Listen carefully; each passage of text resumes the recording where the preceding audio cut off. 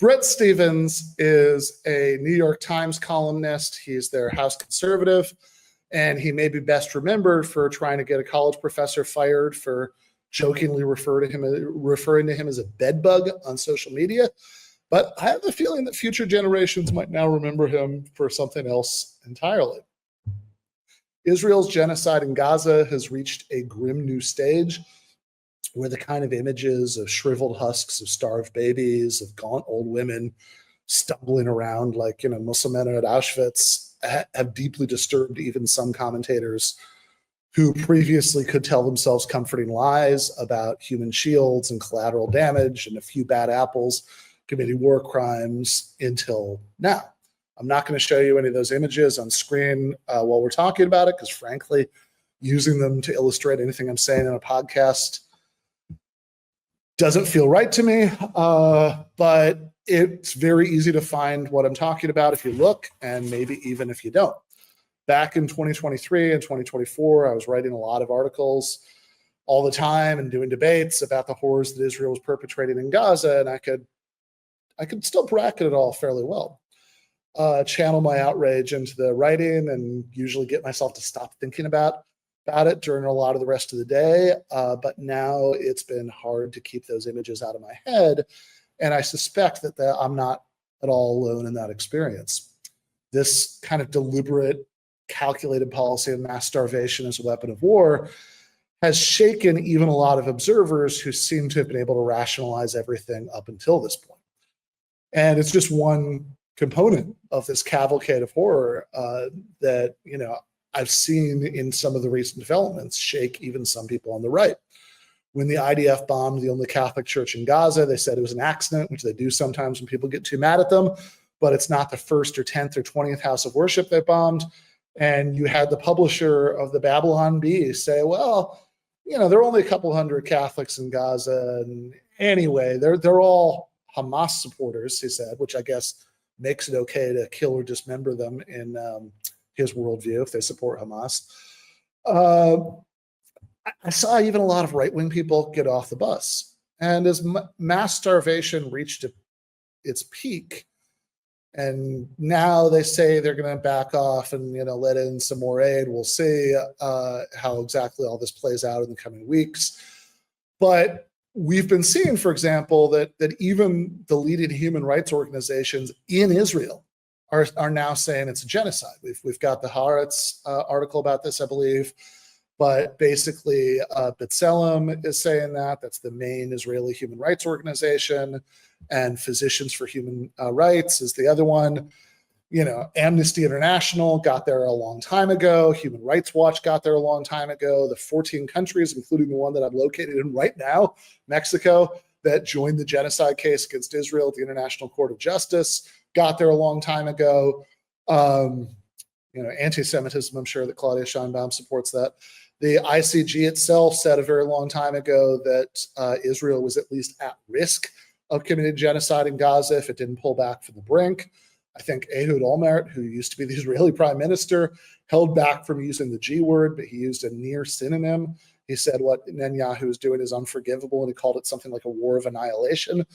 But last Tuesday, Bret Stephens used his little New York Times column to say, no, that's all nonsense. There's no genocide in Gaza.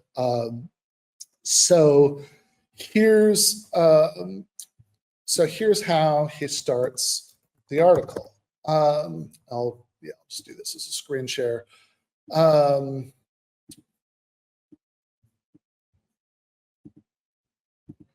He says,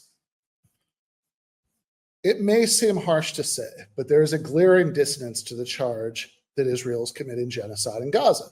To wit, if the Israeli government's intention and actions are truly genocidal, if it is so malevolent that it is committed to the annihilation of Gazans, why hasn't it been more methodical and vastly more deadly? Why not say hundreds of thousands of deaths, as opposed to the nearly 60,000 that Gaza's Hamas-run health ministry, which does not distinguish between combatant and civilian deaths, has cited so far in nearly 2 years of war? First things first, calling the Gaza Ministry of Health Hamas-run is obscenely stupid. Like if I called HHS numbers on, the rate of heart attacks last year, the year before, numbers from the GOP-run Department of Health and Human Services. These aren't political operatives. These are, Hamas or otherwise. These are doctors and medical bureaucrats. They're scrupulously careful. That's why they don't even offer estimates of how many of the bodies they count are civilians versus combatants, because they're so careful about not going beyond what they could say for sure. And after every previous Israeli war in Gaza, the Ministry of Health numbers always turned out to be pretty accurate. They were never cooking the books before. And even the Israelis have used those numbers sometimes. Second, even before the starvation reached the point of absolute catastrophe it has in recent weeks, there were absolutely already hundreds of thousands of deaths in Gaza because of Israel's actions. Those 60,000 are direct deaths. And since the health ministry is so scrupulous, they only count bodies they've actually seen who were directly killed by the Israeli military. The indirect effects of the total systematic planned annihilation of all medical infrastructure, all infrastructure of any kind that it takes to support normal life in Gaza, certainly producing food, has absolutely taken hundreds of thousands of lives already. I'm not saying the food specifically. I think, the starvation deaths right now, it's still in the low three figures, but that I know of. But there is no way realistically that the overall toll isn't at this point in the hundreds of thousands. Certainly credible estimates like a letter published in the Lancet last year already put it in that territory. Second, philosophy professor Sam Badger, whose Substack I'm a big fan of, by the way. You should check it out. It's sambadger.substack.com. He has a good essay on this called Bad Arguments Against Genocide Claims. And the second argument he covers is, quote, more people could be killed than are being killed, meaning that it's not a genocide. So, for example, Stevens doesn't use this particular flourish, but a point I've seen a lot of people make who are trying to, make the same case as him, right? That, well, if the goal is annihilation, why not kill a lot more people a lot more quickly and efficiently? They'll say, well, look, Israel has nukes. They could just nuke Gaza. And Sam patiently explains that this argument, quote, ignores the fact that there are many other sensible reasons why not to not drop a nuclear weapon. Your own people might live downwind of any fallout. You might want to use the land now emptied of people. You might be busy doing some kind of bullshit diplomatic kabuki dance where you pretend not to have any atomic weapons, even if everyone already knows you do, just hypothetically. And getting back to the larger argument that Bret Stephens does make, since Israel isn't killing as many people as possible, as quickly and efficiently as possible, with zero other considerations to balance against jacking up the death count as high as they can, therefore there's no genocide to see here. Sam makes, I think, a really quietly devastating point, which is that this argument, and I quote, suggests that there's some relative rate at which we can definitely state that someone is guilty. Does one need to kill as many individuals from the group as they possibly can to commit genocide? This would rule out all existing genocides, as every historical genocide could have been committed faster. The fact that the Nazis could have killed their Jewish slaves right away instead of forcing them to make V2 rockets, thereby lowering their relative bodies per day, doesn't mean that they weren't committing genocide. I think we can all recognize how obscene it would be to deny that the show was a genocide because it could have been done faster. I'd add that unlike the show, which was of course committed by the Nazis in secrecy, lots of people knew, but they were doing their best to cover their tracks as well as they could. This one is being live streamed. That's a grim new bridge that we've crossed as a species. And that one does impose some limits on how it's carried out. Israel does have to worry about how many people they kill in which ways, because they worry about what their imperial patron will stomach. They don't want that supply of money and weapons to stop. They don't want Uncle Sam to lift the absolute diplomatic cover so they can commit these crimes without becoming a totally diplomatically and economically isolated rogue state no one will trade with, subject to sanctions or subject to other consequences by the rest of the world. So they've got competing imperatives. They do want to get rid of the Palestinian population of Gaza, but they also don't want any of those consequences to happen for them. So they're trying to kill as many as they can get away with, but they're not always sure what they can get away with. Netanyahu is constantly testing and prodding and seeing where the line is. We've seen that over and over and over again. That absolutely does not mean it's not a genocide, either in the common sense meaning of genocide or is strictly defined in international law. We'll get back to that. Meanwhile, Stevens continues, it is not that Israel lacks the capacity to have meted out a vastly greater destruction than it has inflicted so far.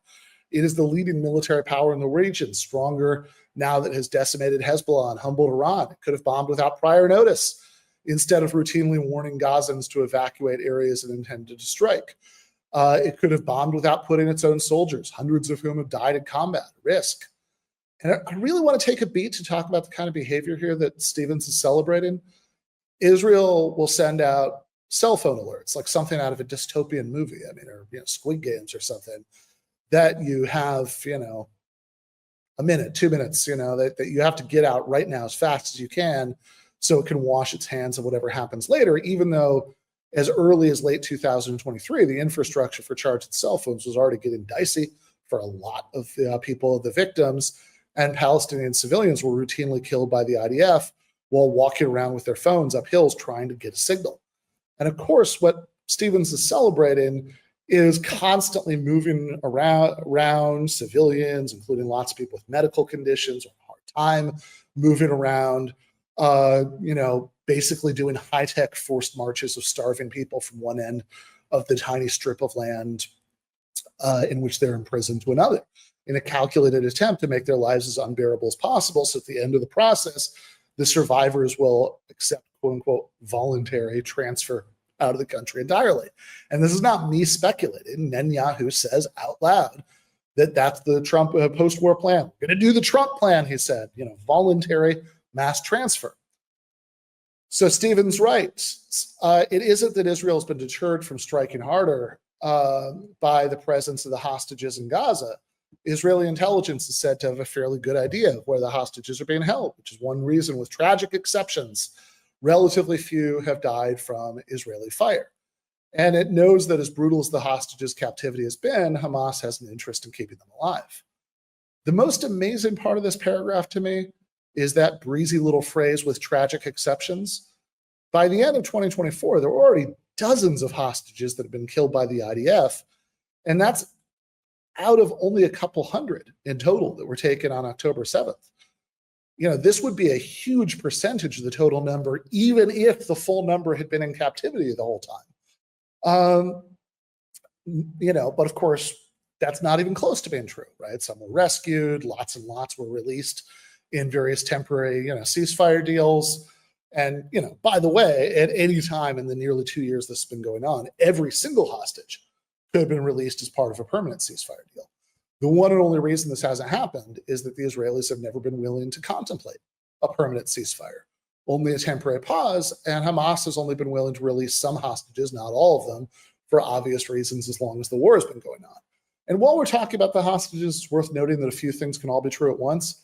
First, fuck Hamas. I've never had any truck with Hamas apologism, and I never will. Taking civilian hostages is obviously a war crime, even if compared to the scale of Israel's subsequent war crimes, it's barely a drop or two of water in an ocean of horror. But nevertheless, it's a war crime. And, as is, by the way, the mass hostage taking by retaliation by the IDF, if we're going to apply the same terminology to the same behavior.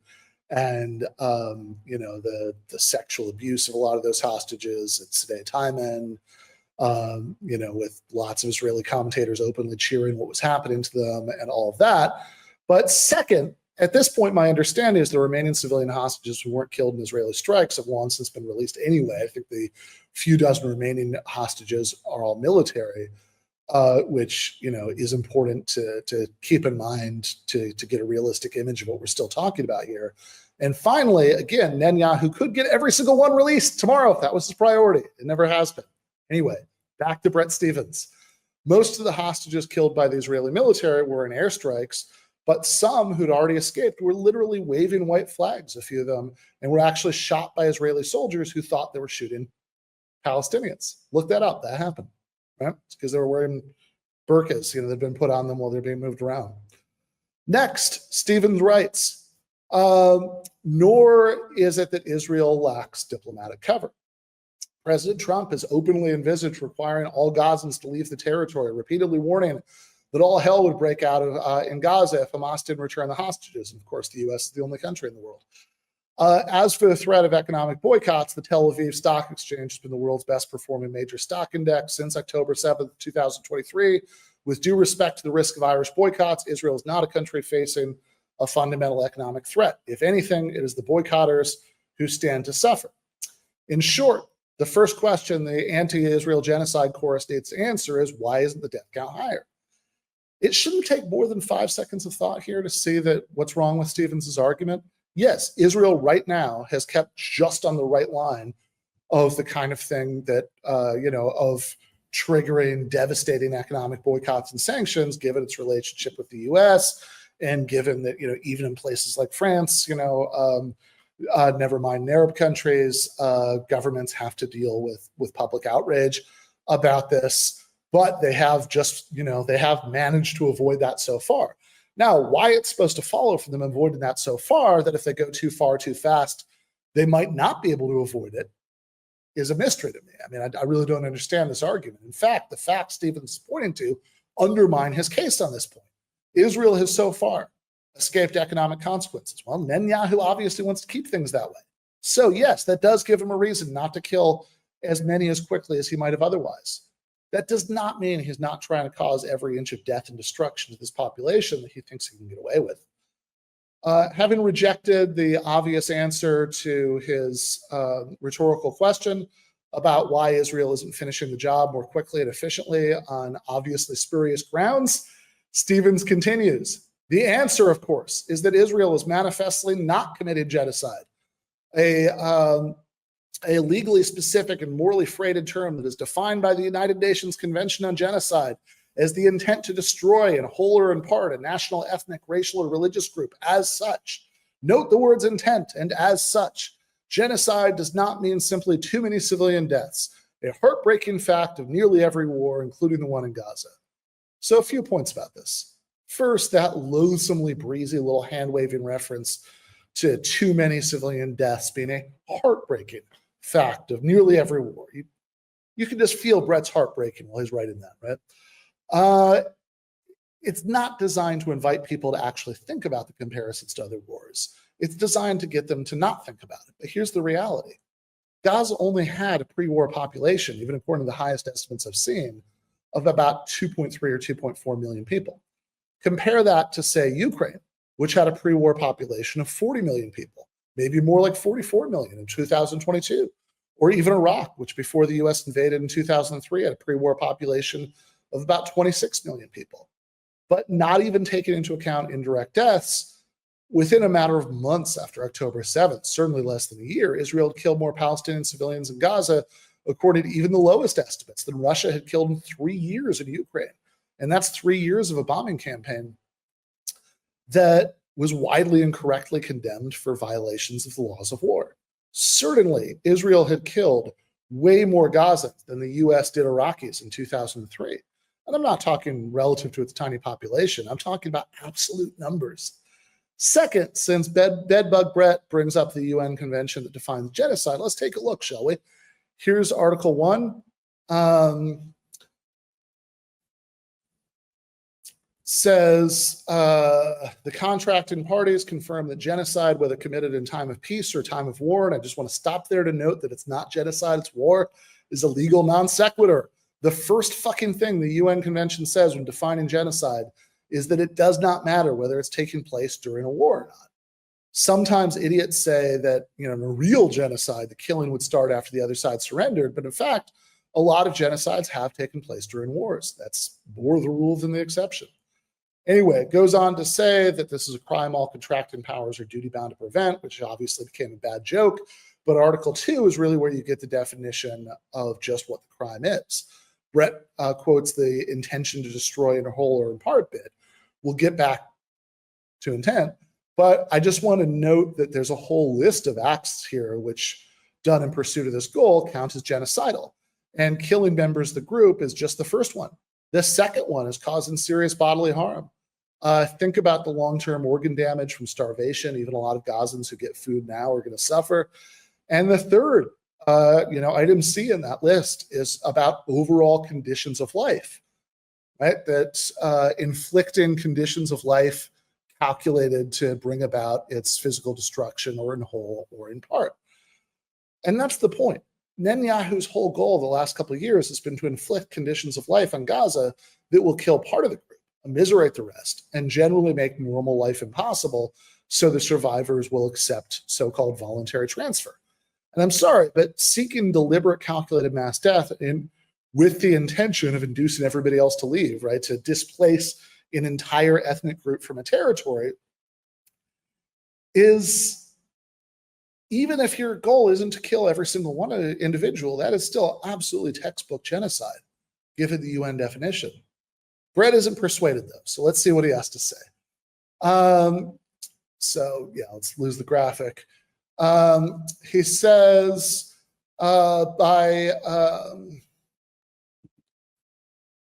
by contrast, the fact that over 1 million German civilians died in World War II, thousands of them in appalling bombings of cities like Hamburg and Dresden, made them victims of war, but not of genocide. The aim of the Allies was to defeat the Nazis for leading Germany into war, not to wipe out the Germans simply for being German.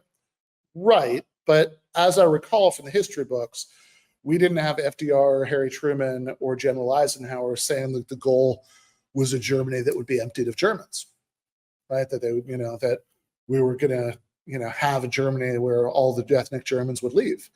Netanyahu and his cabinet ministers are quite open about that goal. And, by the way, appalling barely covers it. Dresden has long since been acknowledged, I thought, both by international legal scholars and any normie who's read Slaughterhouse-Five, to be a really appalling war crime. So it's not exactly a comforting analogy here. In fact, the laws of war we have now for the Second Geneva Convention, weren't even written yet when this was happening, which is why even on the Allied side of the war, you have lots and lots of actions that would count as war crimes by modern definition. See Hiroshima. When you have to go back to before the current laws of war were even codified to find an analogy to, put what you're doing in a slightly less grisly light, that's a very bad sign. But while we're at it, as bad as the bombing of German civilians were, actually, if you just Google German civilians killed in World War II and German soldiers killed in World War II, a lot more dead soldiers than dead civilians, which is a pretty relevant disanalogy with Gaza. The total estimated number of Hamas fighters in 2023, I've never seen an estimate that was higher than 30,000 people. And those 30,000, by and large, it's been safer to be one of them than to be an unarmed civilian during the last 2 years of horror. Nobody believes the 60,000 directly killed and, the ones whose bodies were found and identified by the Ministry of Health and counted towards the number is mostly Hamas fighters. If they literally killed every single one of them, it would be about half Hamas fighters, but I don't think anybody believes that. For one thing, it would be very hard to explain why the war was still going on if that were true. I could go on and do every line of the rest of Bret's article, but that would take all night and I would just depress myself. So I think I'm going to leave it at this. I strongly suspect that a column published in the paper of record at the time the Gaza genocide entered its grimmest phase in 2 years, at the time when even Israeli human rights organizations were starting to label it as a genocide, right? A column at that time with the actual title, "No, Israel isn't committing genocide in Gaza," is something people are going to remember for a long, long time. I have a hard time imagining that our descendants won't have a unit in their world history classes about Gaza. And I have to say, I doubt any textbook would leave out this image.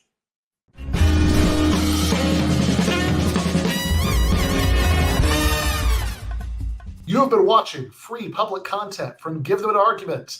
To access every single episode of the show, the main show on Monday nights, all of the streams, all of the debate breakdowns, all of the patron-exclusive post-games on Monday nights, all of the patron-exclusive bonus episodes every week, and much, much more, go to patreon.com/Ben Burgis.